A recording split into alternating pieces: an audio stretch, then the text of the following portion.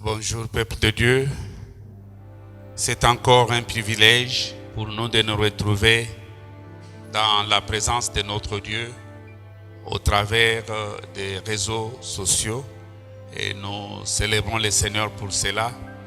Après la résurrection de Jésus, nous sommes dans une période très capitale, la période des 40 jours où le Seigneur se manifestait chez le sien, comme le dit Actes des Apôtres, le chapitre 1er, le verset 3.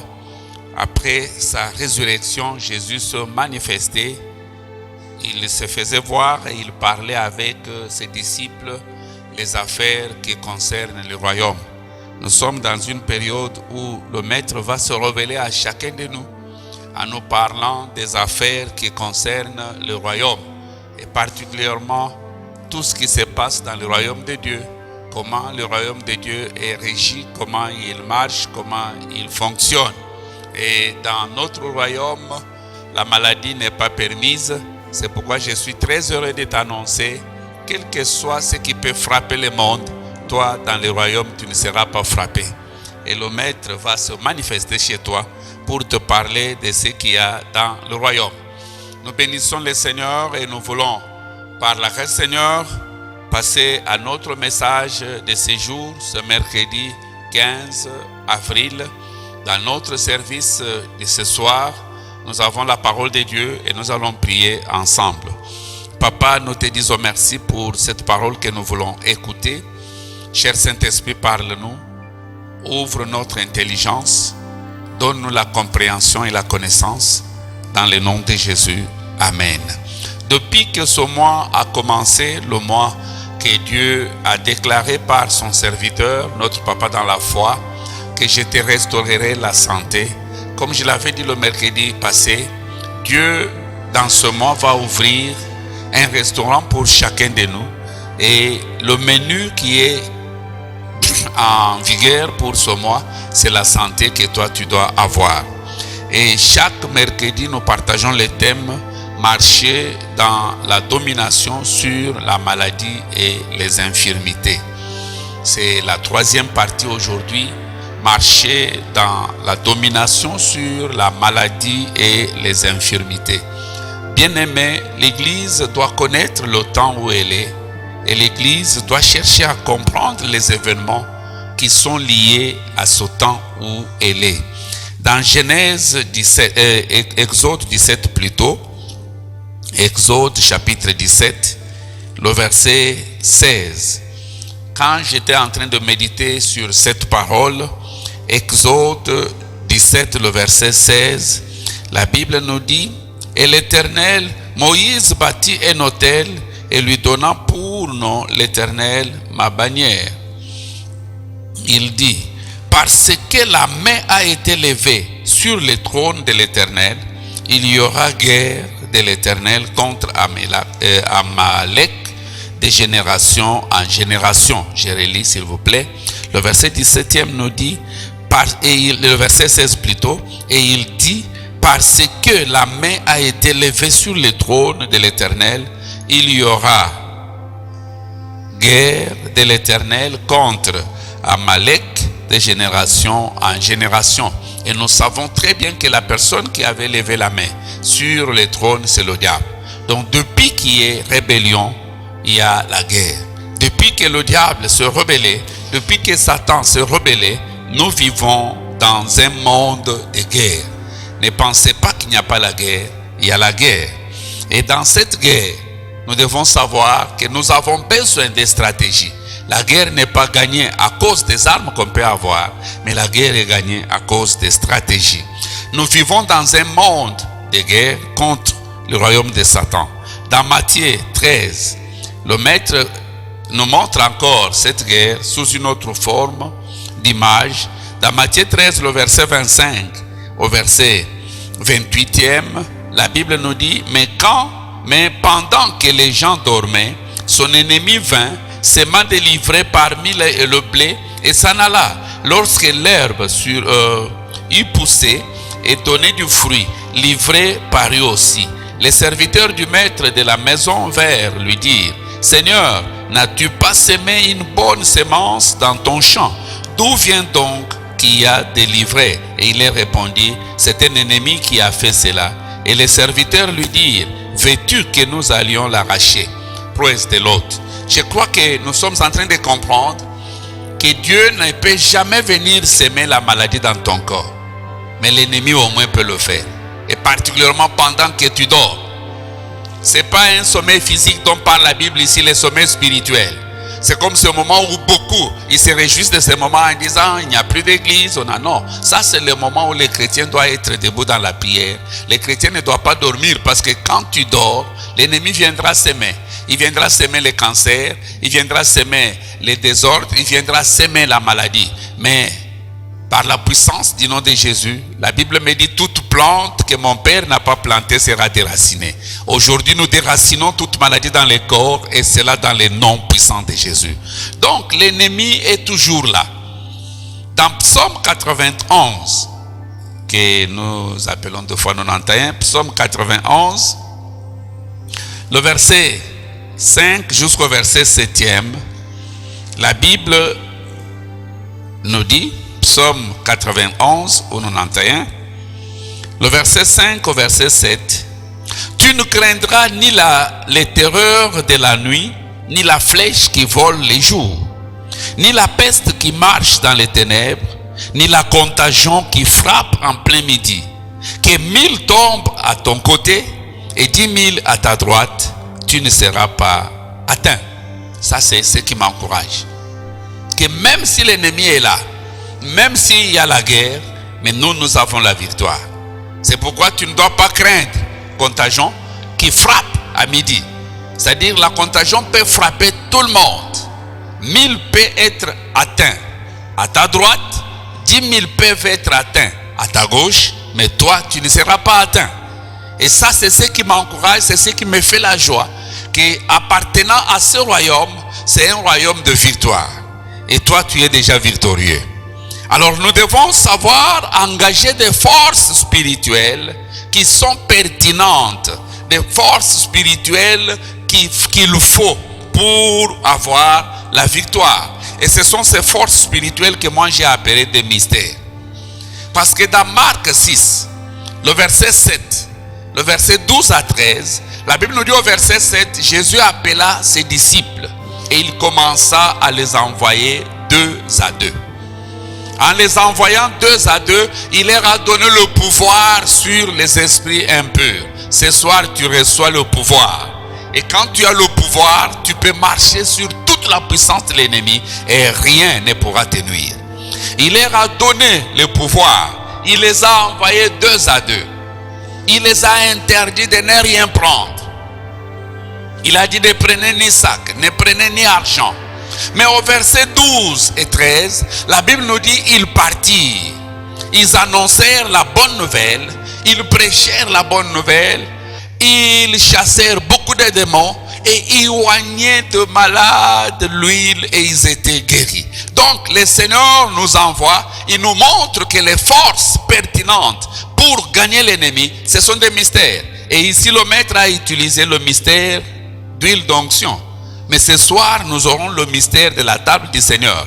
J'en ai parlé dimanche. Pour ceux-là qui ont eu la grâce de nous suivre dimanche, j'ai dit le tout premier mystère que Jésus a organisé, que Jésus a fait après la résurrection, c'était la table, la communion.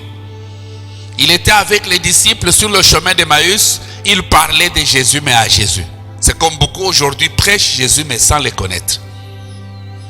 Et le maître a dit, si je reste avec ces gens, comme ça dans l'ignorance, ils vont continuer à me chercher alors qu'ils m'ont déjà trouvé. Mais toi, tu ne vas plus continuer à chercher Jésus parce que tu l'as déjà trouvé. Et pour ouvrir leur intelligence, le mystère qui avait été fait, c'était la communion, la Sainte Seine.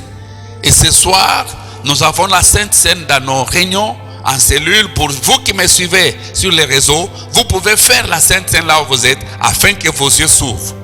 Regardez même quand le maître a croisé Pierre. Dans Jean 21, Pierre est allé pêcher. Il a oublié la mission qu'on leur avait donnée. Il va pour pêcher. Il est en train de pêcher et il n'a pas reconnu le maître. Et la première des choses que le maître a faites, c'est de leur demander, petit enfant, avez-vous à manger? Et quand ils ont dit oui, nous avons ici le poisson, parce que tout ce qui se mange peut être déclaré le corps de Christ, et ça sera le corps de Christ. Et tout ce qui se boit, le sang de Jésus, ça sera le sang. Le maître fait encore le mystère de la communion avec eux. Et ces gens ont été totalement délivrés. Et ils ont fait une pêche miraculeuse. Ce soir, quelqu'un va faire une pêche miraculeuse de sa santé. Sa santé sera restaurée d'une façon miraculeuse sans qu'il puisse le savoir. Donc, dans cette guerre, nous avons besoin d'engager des forces pertinentes spirituelles. Et ces forces, ce sont des mystères. Mais pour engager ces forces, nous avons besoin de connaître la cause première, la cause profonde de la maladie. Parce que si tu connais la cause d'une maladie, tu peux facilement traiter cette maladie. Beaucoup de gens ne parviennent pas à vaincre la maladie parce qu'ils traitent les symptômes au lieu de chercher la cause. Et pour nous, spirituellement, la cause, chaque mercredi, nous sommes en train d'analyser les premières causes ou les causes profondes de la maladie. Et aujourd'hui, la cause profonde que la Bible nous révèle, c'est ce que nous appelons l'esprit de peur. L'esprit de peur. Bien aimé, la peur, c'est une émotion pénible produite par l'idée ou la vue d'un danger. Quand quelqu'un voit un danger, ou quand quelqu'un a l'idée d'un danger, il a eu peur et il doit avoir peur. Et sachez-le, la peur ne vient pas d'elle-même. Il y a un esprit derrière. Mais ce soir, nous chassons tout esprit de peur. Pourquoi? Dans 2 Timothée 1, le verset 7e, la Bible nous dit: nous n'avons pas reçu un esprit de timidité, un esprit de crainte, un esprit de peur. Mais nous avons reçu un esprit de force qui nous pousse de déclarer Abba, Père. Quand on dit Père, ça signifie source. Et Dieu est la source de la santé de tout un chacun de nous. Donc devant n'importe quel danger, je n'ai pas besoin d'avoir peur, mais j'ai besoin de crier Père. Vous savez, quand tu cries Père, par rapport au danger qui est devant toi, ton Père va pourvoir quelque chose qui va faire que ce danger puisse s'écarter. C'est pourquoi toute maladie s'écarte ce soir dans le nom de Jésus. Et le Père a pourvu la communion. Nous n'avons pas reçu un esprit de timidité. Bien aimé, la peur, c'est tout un esprit. Regardez le frère Job. Dans Job 3, le verset 24 à 25, je voudrais vraiment que nous puissions comparer ces deux Job. Job 3, 24 à 25, et je voudrais qu'on les compare avec Job 1, le verset 9 à 10. Dans Job 1, 9 à 10, Satan, je ne parle pas d'un petit démon, je ne parle pas d'un n'importe quel démon, je parle de Satan, le chef des démons. Il croise l'Éternel et l'Éternel lui pose la question: as-tu vu mon serviteur Job? Comme on te demande ce soir, on peut demander au diable. Vous savez, Dieu a la fierté, Dieu a la joie d'annoncer ses vrais serviteurs. Si Dieu ne t'annonce pas et que les hommes t'annoncent, tu vas avoir peur. Mais si Dieu lui seul t'annonce, tu ne dois pas avoir peur, parce que s'il t'annonce, il te protège. Dieu annonce au diable, au Satan, il lui dit: as-tu vu mon serviteur Job? Le diable répond, il lui dit: si Job te sert, est-ce que c'est d'une manière désintéressée? Ne l'as-tu pas protégé? Toi, tu es protégé. J'ai dit, partout où tu es, si tu es serviteur de Dieu, tu es protégé. Ne l'as-tu pas protégé? Lui, c'est bien, tout ce qu'il fait prospère. Donc le diable ne peut stopper même pas ton travail, même pas ton commerce, ta santé. Le diable ne peut pas le stopper. Ça, c'est le diable lui-même qui répond à Dieu. Donc il reconnaît que Job est tellement protégé. Comment il a su que Job était protégé? Il a tenté d'aller, comme il en a l'habitude de faire chez les gens, mais il n'a pas pu pénétrer chez Job. Et il est reculé. C'est pourquoi partout le diable va tenter, quel que soit avec la maladie, je ne sais pas le nom de cette maladie-là, cette maladie ne va pas pénétrer chez toi. Il y a une protection divine. Tout enfant de Dieu est sécurisé, protégé. Et même le diable le sait. Mais regardez le frère Job dans Job 3, le verset 24 à 25. Il dit: ce que je crains, c'est ce qui m'arrive. Il craignait quoi? Lui qui était protégé, et même le diable le savait. Il dit: ce que je redoute, c'est ce qui m'atteint. Bien aimé, la peur détruit notre clôture de protection. Partout où il y a la peur, la protection est détruite. Voilà pourquoi la première personne à déclarer qu'il a peur, c'était le diable. Et c'était Adam plutôt. Adam était dans un jardin d'Éden. Éden n'est pas un lieu géographique, sinon beaucoup d'archéologues allaient déjà les trouver. Éden signifie l'endroit des délices. Or, l'endroit des délices, il n'y a que dans la présence de Dieu. Éden, c'est dans la présence. Sinon, les géographes allaient déjà trouver et nous situer que Éden était tel part. Peut-être qu'on allait le vendre très cher. Éden, c'est dans la présence de Dieu. Donc, Adam était dans la présence de Dieu. Et aussi longtemps qu'il était dans la présence de Dieu, il ne peut pas avoir peur. Parce que dans sa présence, il y a d'abondantes joies. Dans la présence de Dieu, il y a des délices sans nombre.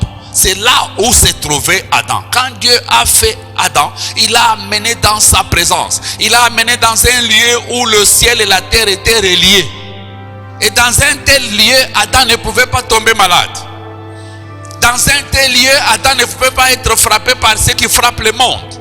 Jusqu'à ce que quand il a désobéi à la parole de Dieu, et voilà, il a eu peur.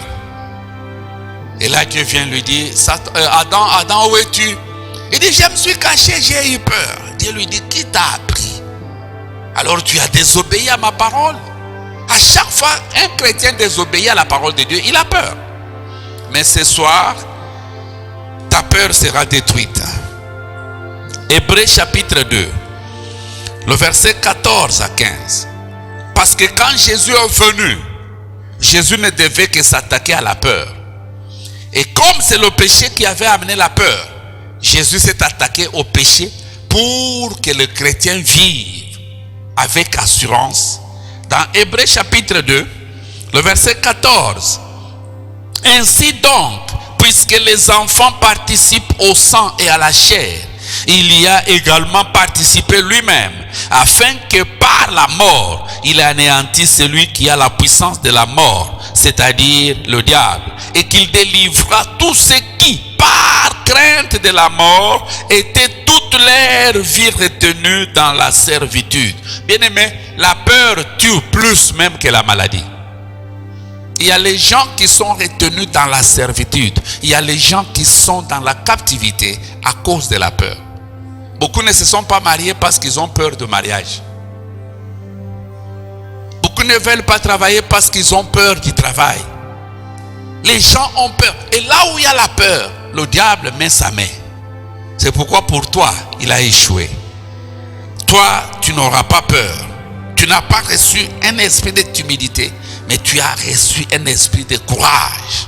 Le Saint-Esprit vient. Les jours où le Saint-Esprit est venu sur les apôtres, leur peur était finie. Ils sont sortis. Les mêmes personnes qui avaient peur, qui étaient cachées, ces jours-là, ils sont sortis. Pierre qui a eu peur devant une femme. Mais Pierre se tient dans les Sénadrins et il dit à ces gens-là, choisissez qui nous devons obéir, vous ou bien l'Éternel. Le même Pierre. Pourquoi? Parce qu'il a reçu un esprit. Et ce soir, reçois l'Esprit de Dieu qui va te faire marcher dans le courage, et cela dans le nom de Jésus. Alors, que faire pour marcher dans la domination sur la maladie et les infirmités? Connaissant maintenant que la cause première de la maladie, c'est l'esprit de peur.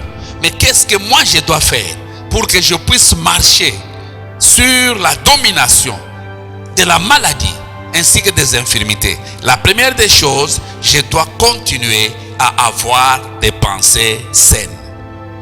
Je dois continuer à avoir des pensées saines. Dans Proverbe 23, le verset 7 nous dit, tel qu'un homme pense, tel qu'il est. Tel qu'un homme pense, tel qu'il est. Tel que tu penses dans ton cœur, c'est tel que tu seras. Et moi, chaque jour quand je me réveille, je ne pense jamais que je peux tomber malade. Je ne pense jamais qu'une contamination peut m'atteindre. Pourquoi? Parce que je porte sur moi le marque de Christ. Je pense sur la protection divine. Bien-aimé, ta pensée va déterminer la façon que tu seras dans la vie. Beaucoup de gens sont dans la maladie aujourd'hui parce que le premier domaine que la maladie vient attaquer, c'est le domaine de la pensée. Le domaine de la pensée. Et une fois que ta pensée est déjà affaiblie, c'est fini. C'est pourquoi tu dois continuer à avoir une pensée saine. 1 Timothée 4, le verset 13 jusqu'au verset 15e. 1 Timothée 4, le verset 13. Je peux commencer par le verset 12e. La Bible me dit, le verset 11 nous dit, déclare ces choses et enseigne-les. Que personne ne méprise ta jeunesse, mais sois un modèle pour le fidèle, en parole, en conduite, en charité, en esprit, en foi, en piété, jusqu'à ce que je vienne. Applique-toi à la lecture et à l'exhortation, à l'enseignement. Ne néglige pas les dons qui est en toi et qui t'a été donné par prophétie avec l'imposition de main de l'assemblée des anciens. Ne néglige pas. N'aie pas la pensée que tu es enfant. Vous savez, des fois, à cause de l'âge, beaucoup de gens n'ont pas pu exprimer leur ministère.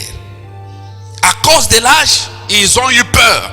Et pourtant, quand Dieu envoie Jérémie, il lui dit, je t'envoie et tu es enfant, mais je t'envoie vers les adultes. Si tu les crains, je te ferai trembler davantage. C'est pourquoi nous devons détruire toute pensée négative dans notre vie. Je n'aime pas les négativistes.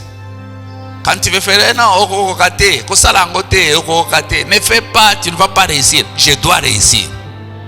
L'âge n'a pas de problème. Dans la Bible, je vois cet enfant Joas, il est devenu roi à 7 ans, s'il vous plaît. 7 ans. 7 ans, il est roi. Quand je regarde dans la Bible, on parle de jeunes hommes mais riches. Et quand je vois les jeunes hommes actuellement pauvres, je me demande est-ce qu'ils lisent la Bible, oui ou non. Un jeune homme mais riche. Donc l'âge n'a pas de problème.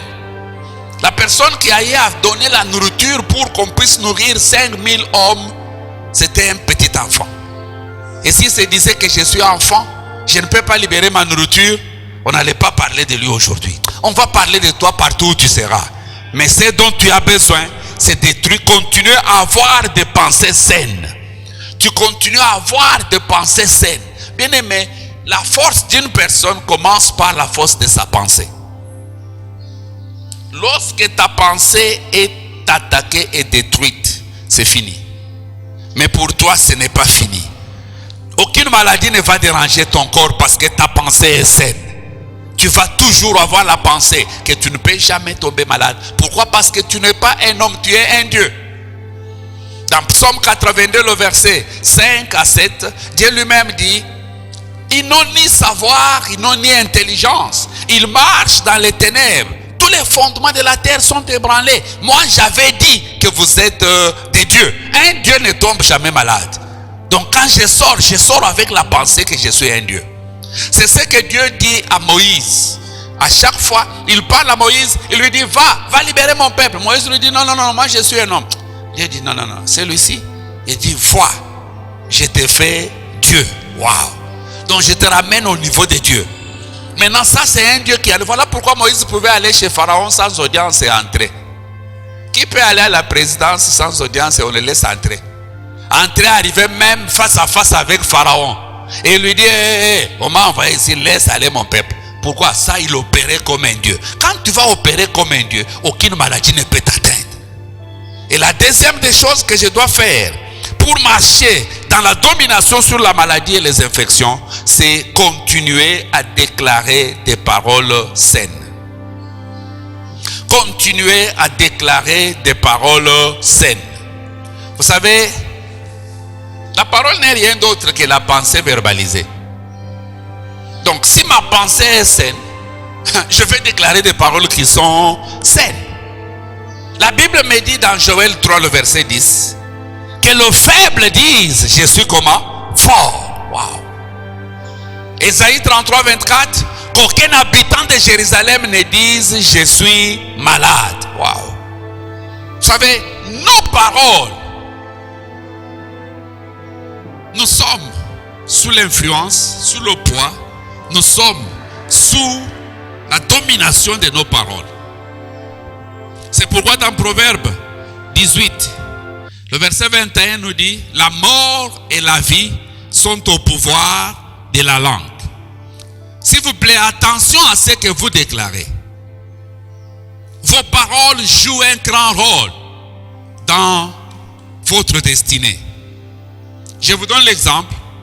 Si vous vous réveillez un matin et que vous déclarez, aujourd'hui je vois que je vais tomber malade. Cette journée ne finira pas. Tu finiras par faire quoi? Par tomber malade. Pourquoi? Parce que la parole c'est une semence. C'est pourquoi nous avons vu ici avec Joël que le faible dise, je suis comment? Je suis fort. Et que les pauvres disent, je suis riche. C'est-à-dire, dans la poche, il n'y a pas l'argent physiquement, mais j'en ai. Et je le déclare par mes paroles. C'est pourquoi quand tu viens chez moi, tu me donnes l'argent, je te dis, j'en ai beaucoup, mais pas à te donner. Pourquoi? Parce que je ne peux pas déclarer des paroles qui ne sont pas saines. Et c'est très capital, très important pour nous. Dans Luc 21, verset 15, le maître parlant avec les disciples dit, je vous donnerai une bouche et une sagesse. Beaucoup de gens ont la bouche, mais n'ont pas la sagesse.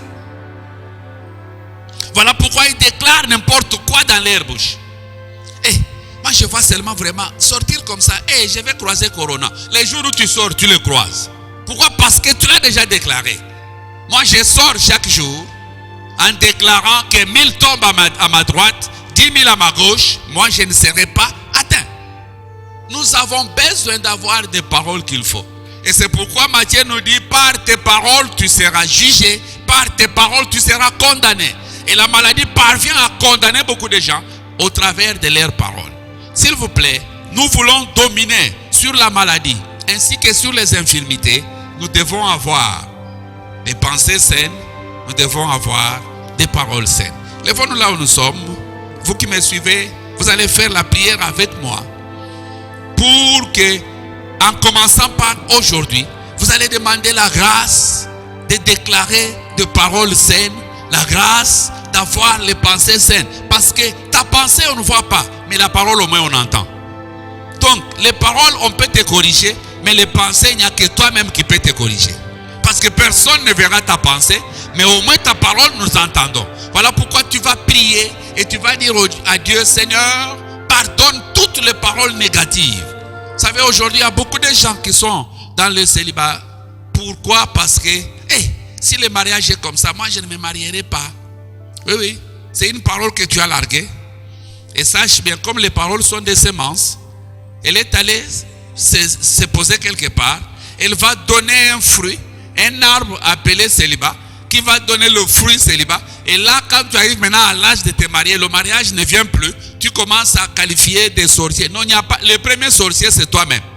Parce qu'avant que les sorciers t'attaquent, il faut que toi, tu lui aies donné l'opportunité, soit par la pensée ou par les paroles. Mais ce soir, toutes paroles négatives sont transformées en positives. Toute pensée négative est transformée maintenant en pensée positive. Nous allons prier le Seigneur. Pour vous qui n'avez pas encore Jésus comme Seigneur et Sauveur, vous ne pouvez pas avoir de bonnes paroles si la bonne parole n'est pas d'abord en vous. Vous ne pouvez pas avoir la bonne pensée si Christ qui est notre pensée n'est pas encore en vous. C'est pourquoi je voudrais que vous puissiez prier avec moi cette prière. Et après cette prière, étant enfant de Dieu, votre pensée sera une meilleure pensée. La Bible nous dit, ne vous conformez pas au siècle présent, mais soyez transformés par le renouvellement de vos pensées. Quand tu reçois Jésus, ta pensée est renouvelée. Même si tu es né dans une famille de pauvres, toi tu seras riche. Même si tu es avec les gens qui tombent malades, toi tu ne tomberas plus jamais malade. Nous allons prier ensemble. Faites cette prière avec moi. Si tu veux recevoir Jésus comme Seigneur et Sauveur, et juste après cette prière, Jésus est dans ton cœur, dans ta vie. Je ne peux pas dire que tu donnes ta vie à Christ, parce qu'un païen n'a pas de vie. Un païen n'a pas de vie. Mais donne ton cœur, ouvre ton cœur à Christ. Quand Christ entre maintenant dans ton cœur, il te donne la vie. La Bible nous dit, ceux qui ont le Fils ont la vie. Je voudrais prier avec toi. Mets ta main droite sur la poitrine et dis à haute voix après moi, Seigneur Jésus, je reconnais que je suis un pécheur. Je ne peux pas me sauver. J'ai entendu ta parole. J'ouvre mon cœur. Entre dans mon cœur. Sois mon Seigneur et mon Sauveur personnel. Pardonne mes péchés que j'ai fait consciemment ou inconsciemment. Inscris mon nom dans ton livre de vie. Aujourd'hui, je crois de tout mon cœur et je confesse de ma bouche que tu es le Fils de Dieu. Tu es mort pour mes péchés. Tu es ressuscité pour me justifier. Aujourd'hui, je suis justifié. Mes péchés sont pardonnés. Je suis lavé par le sang de Jésus. Je suis une nouvelle créature et je suis enfant de Dieu. Au nom de Jésus. Amen. Après avoir fait une telle prière, tu es maintenant enfant de Dieu. Le conseil que je te donnerai, bien-aimé, est que tout enfant, quand il vient de naître, il ne peut pas manger par lui-même. Il ne peut même pas se laver par lui-même. Il faut qu'il y ait des adultes qui vont l'aider. C'est pourquoi localise une église où Christ est prêché comme il faut. Une église qui craint le Seigneur. Tu peux adhérer à cette église afin que tu puisses grandir. Mais si tu n'as pas où aller, nous t'attendons à bras ouverts. Nous sommes sur la route de Matadi, numéro 5, la Mongafula, quartier du Mez, juste en face de Pompe d'Essence, au niveau des triangles, des cités vertes, en face de Pompe d'Essence et Gênes. Nous sommes là. Dès que les activités vont reprendre comme il le faut, chaque lundi, nous sommes là avec la classe fondamentale. Mardi, nous sommes là avec la montagne de prière. Mercredi, comme aujourd'hui, nous avons un service d'enseignement avec communion. Nous sommes à Jeun. Et les dimanches, nous avons 2 puissants services. Le premier à 7h, le second à 9h30. Que le Seigneur vous bénisse et à la prochaine. Soyez bénis.